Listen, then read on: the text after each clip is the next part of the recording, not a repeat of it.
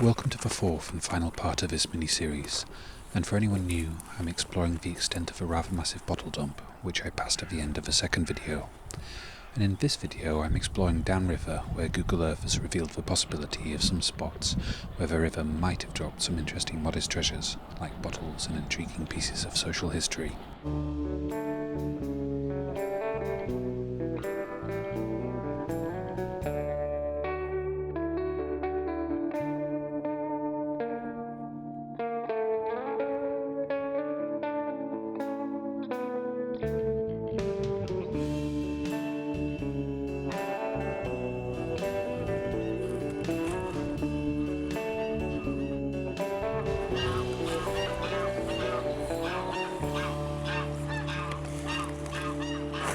Listen to them, children of the river, what music they make.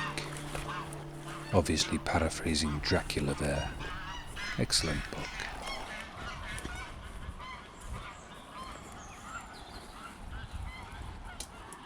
This wood looks fairly young, and these stupid things, these plastic sleeves for young trees to grow inside of, which do give them protection from deer and sheep and such. I find so many of them in the rivers. They don't break down, they break up. I hope people start using biodegradable materials for them in the future, because the present situation is pretty bleak.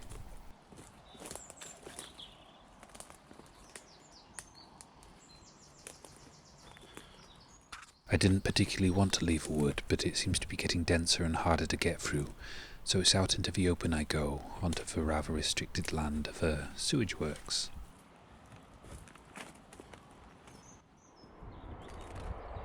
I walked as unobtrusively as I could manage. I probably wasn't seen, or if I was, then they don't really seem to care too much, and there is a path here which I suspect is used quite often by fishermen.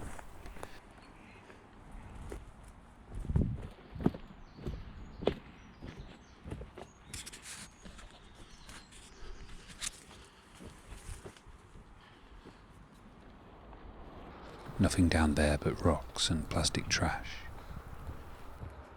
Onwards to the next place, the next possibility, where trash may just possibly share the riverside with treasures.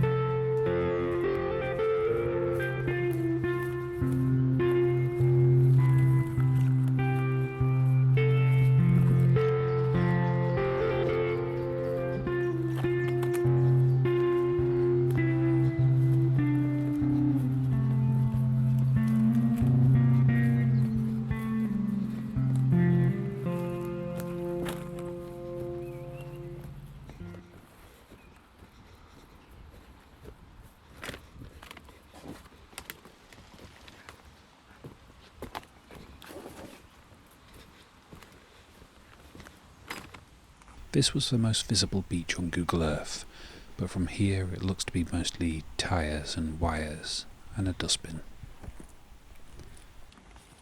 What a sad and all too common mess. Strange that there's so much to do with automobiles here. It's about as far from a road as this river really gets. Vulcanized rubber bottle stopper.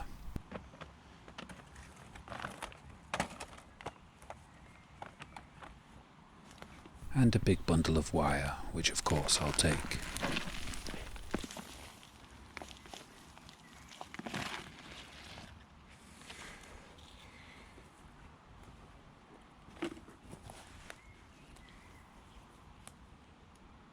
Going to need both my hands.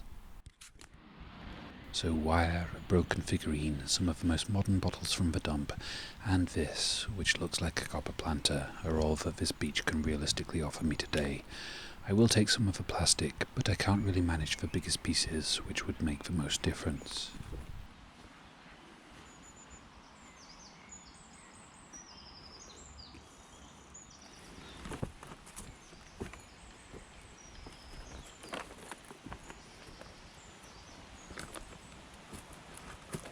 So far, it looks as though the river has just one preferred beach for depositing things from the dump, and that does make things easier for the future, but for the present I doubt it's making for great video. I will go a bit further to see if there's any further possible spots of interest.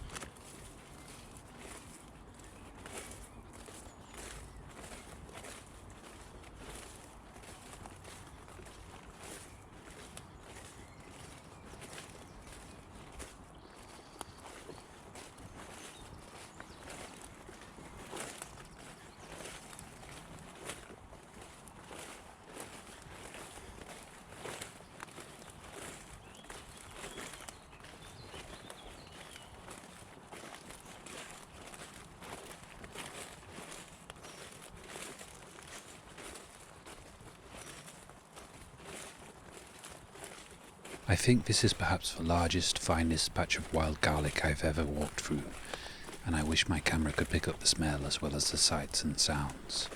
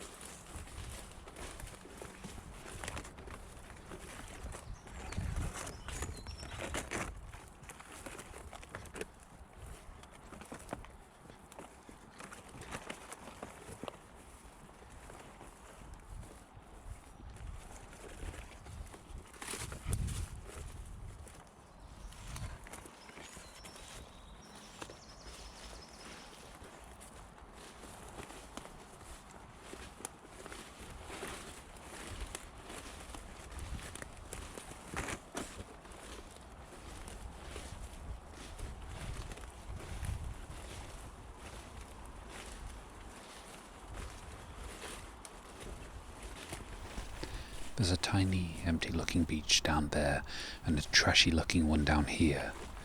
Where there's trash, there's often treasure.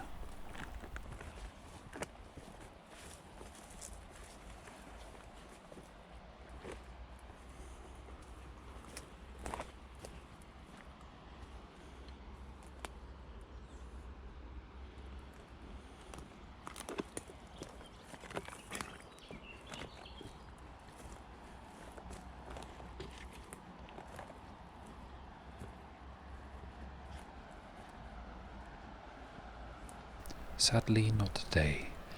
I can't really see anything good in either the water or the sand.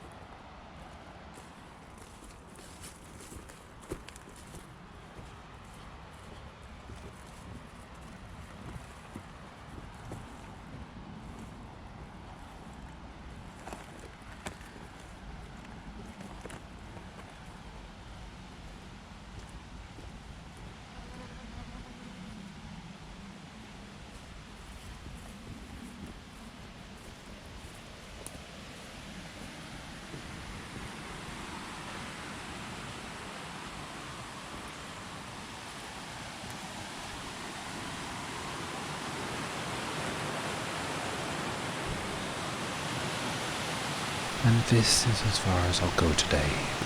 I don't think there's any beaches for a while, and I don't have the energy to find out. Almost round-up time for this video and the previous one, and it's a slightly unusual one today because it contains a lot of things I found when the camera wasn't recording, and I lost a little bit of footage when my computer died. Footage like the finding of this thing, this figurine. I found her on the second to last beach, and I thought she was perfect for a project.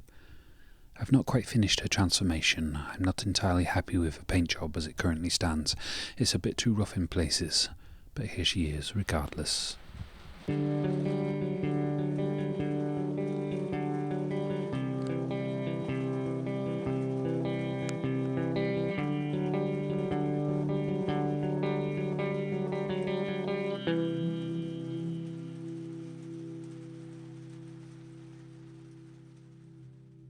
I also went to the main beach again on my way back, picking up some trash and some more bottles as I went.